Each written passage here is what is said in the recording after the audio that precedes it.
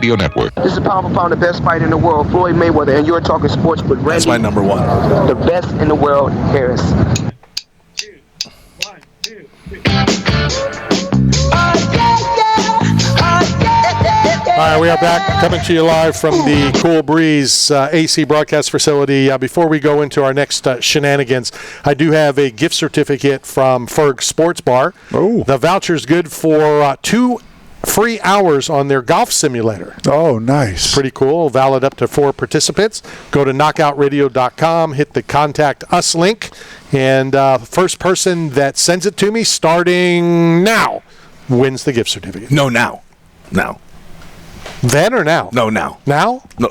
Then. Maybe then. Maybe then, but not now. Still now. Not now.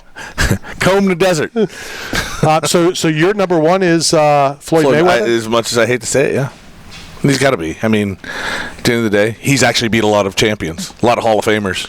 I think the list has Robinson as the number one. Who? Isn't it Roy Robinson?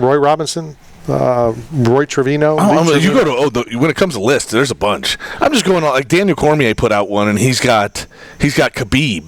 Yeah, Ray Robinson as number one. Well, that's his boy. I know, but still, you can't. Listen, Khabib will easily be removed from that list at some point. Of course, if he's even on it. Yeah, I don't necessarily have it. When it comes to the top, he had like a top 10. He had a total top 10. And when you listen, he's definitely top 10 MMA fighters of all time. Now, did he go UFC or MMA? No, he went combative sports. Combative sports. Habib, top 10 combative sports. He had him number. Actually, no, he had Mayweather number one, and then Khabib, and then Muhammad Ali. And the reason you can't put him because he'll easily get moved off that list, where Muhammad Ali will never be moved off that list. Does commentators get tested for drugs? I mean, he should have that day. To put Habib above Fedor, to me, is crazy. I can't put Fedor even in the top 10 because he never fought anybody. I understand that. UFC. I understand that. Who did Habib fight? Conor.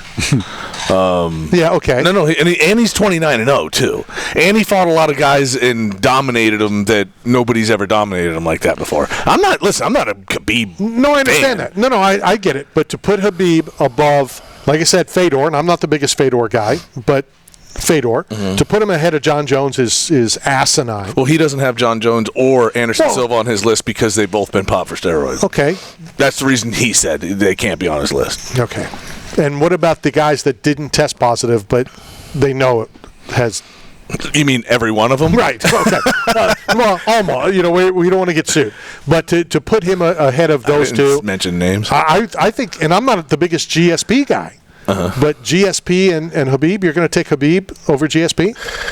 Heyday. No. Prime. No, listen, I have if you're asking me MMA, I have GSP as number one, period, anyway. Well, that's because you're not... Listen, he's probably the most dominant all-around fighter of all time. And when he did get beat, he literally went back and just cleaned the floor with both of them. And so it wasn't even close. He did the second time. Matt Serra. Right, Matt Serra and Matt Hughes. You can't be the GOAT if you lost to Matt Serra. Listen, you can. Not that. You can not when he goes back and fights him. The GOAT wouldn't have made a mental mistake and overlooked an opponent like that. He did overlook. That's a good story. That is the story. He did overlook. That's the only argument you can make, but because he didn't have the champion mindset. He did not blip. But doesn't that help in a way that he lost because he did overlook, he didn't train, he didn't anything? I would be more upset if he trained 8-12 weeks, if he was prepared for Matt Serra, and Matt Serra knocks you out. No, 100%. I mean, and obviously that ain't what happened. But it's disrespectful to the sport, right? If we're talking about respect to the sport, why McGregor's like the antics and all the crazy. Michael Chandler just did a video yesterday talking about, I will be at 303. I made a commitment. I will be there. I'm not fighting. But I'm going as a professionalism of this sport, of this crap, because I made my word, my bond, and other people are not coming to Why is Conor not fighting? He says he's injured, but he also he said he was drinking before. The fight's off again? Yeah, it's off. Yeah. It's canceled. But tickets are available. I just saw. Oh, really? But they're cheap. They're real cheap. No, they're not. What? $1,900. That's almost as crazy as your Mount Rushmore. I didn't even give my whole Mount Rushmore. Yes, you have. You've given it like 100 times on this show. Before we get back to Mount Rushmore. MMA. Yeah. Before we get to Mount Rushmore, I want to jump back to the golf simulation at Ferg's.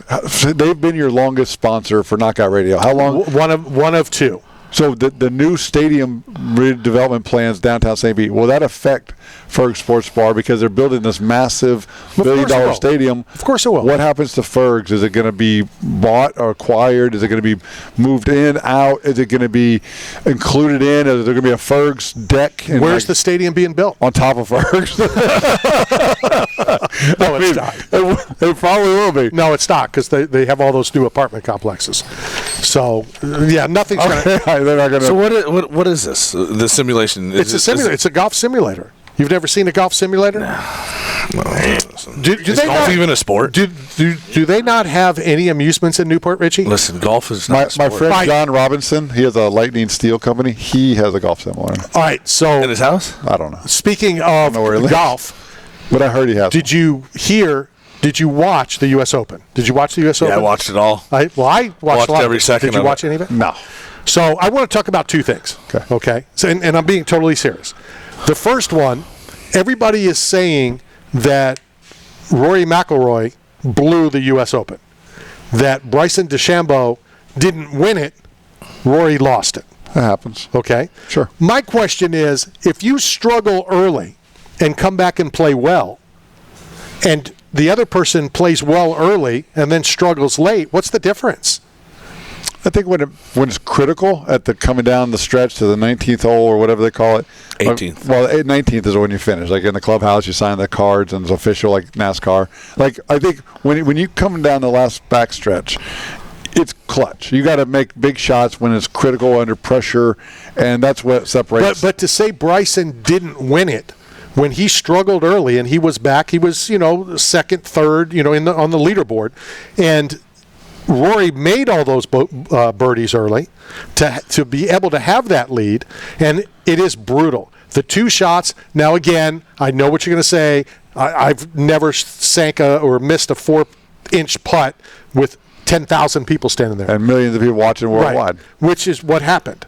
Okay, but here's why Bryson DeChambeau, who was one of the most hated golfers for a long time, is now one of the most beloved golfers. After he won, he has a relationship because we know Payne Stewart passed away, and I'm sure you know that story with the plane. And when he went to SMU on a recruiting thing, he walked in. He didn't know that Payne Stewart went to SMU. Saw a big mural, and he goes, I'm coming, and he signed it. Okay, he signed to play there. So after he won on Sunday, and he held the trophy and he kissed the trophy and all that, the crowd is going crazy, right? This man who just got finished said on the mic, he thanked everybody, and he goes, and he points to all the fans that are on the 18th and said, I want every one of you to touch the trophy and to take a picture with it. Wow. And he stayed after. Now until everyone had the opportunity to touch it, to take a picture with it.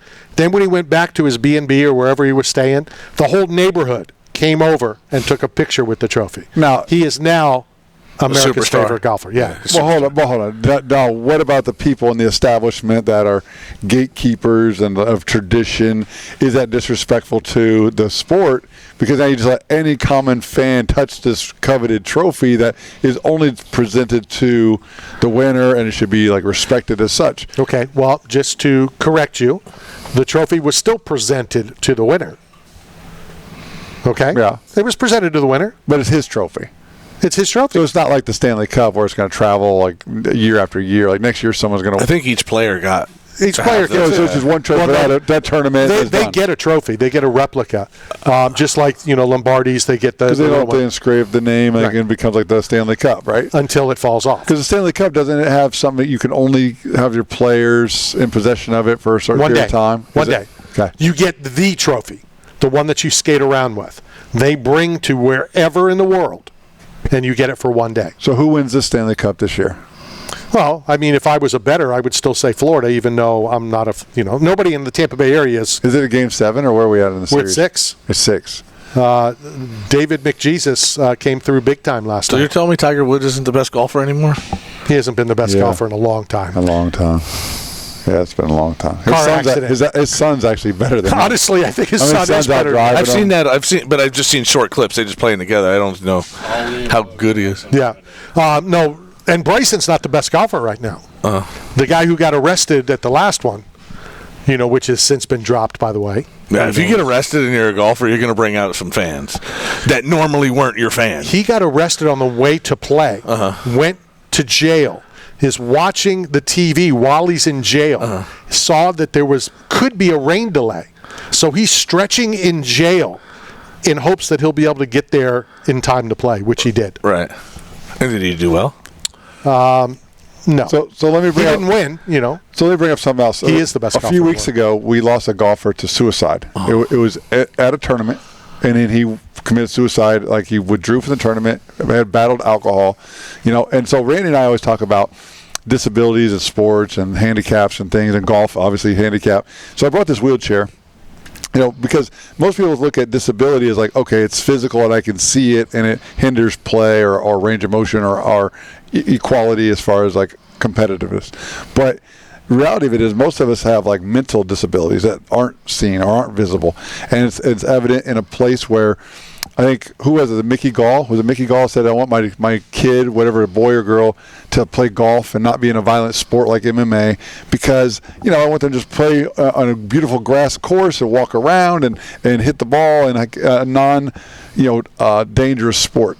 But the pressure to compete, to hit a putt just 4 inches away with all the pressure mounting, it's intense. And when you don't execute and then you have all the sponsors and people are disappointed, there's tragedy in all sports. So, I think the conversation to be had is, how do we address or signify, like, okay, mental health is visible, physical health or disability is visible, but mental health is not. And he was vocal. He even came out, like, I have a problem with alcohol. And I think we need to start listening more as a community, as a journalists, as commentators, to when people step up and say, hey, I'm flawed, I got issues, we need to come to them and support them, not just let them deal with it on their own. Well, very few say that. That's the problem. That's why if they do, you got to flood them. You got to rush to them. Yeah. Like men tend to keep that stuff to themselves. But it's changing to the point where it's becoming more acceptable. Shouldn't. I definitely don't think the man has already changed enough. I don't think they need to change anymore. And complaining about your problems all the time and blaming them on other people is not. It's not. All it does is going. That's where you're going to stay. That's where you're going to stay in your life. As soon as you start complaining and why me, who me, they did that to me. The only reason I'm here is because of them. That's where you're going to stay for the rest of your life. That's where you're going to be stuck. Tell me your stance on Joe Rogan's concept of it's better to be a warrior in a garden than a gardener in a war. Right. Like on your mindset of man of tomorrow. 100%. Listen, if I don't know if you did you watch the new Bad Boys movie? No. It's an amazing movie. Well, anyway, it's got a scene where the son-in-law. I don't know if you ever watched any of them. I never have. Well, anyway, he is like super seduced, but he went to the Marines. They've been picking on him since he was a kid, but there was cameras in the house while they were watching from somewhere else, right? And they're like, listen, get the girls and being the wife and his wife and Martin Lawrence's wife, get them in the closet, take care of business. This dude turns into John Wick, bro. You know what I mean? Because that's his role as a man, to make sure that his family is protected, even if it means his own life. That's the role. It's one major role that a man has. I mean, the others are obviously providing, protecting. Sure. If we're on a sinking ship and say you're my wife, okay, I'm the man, and we've got a son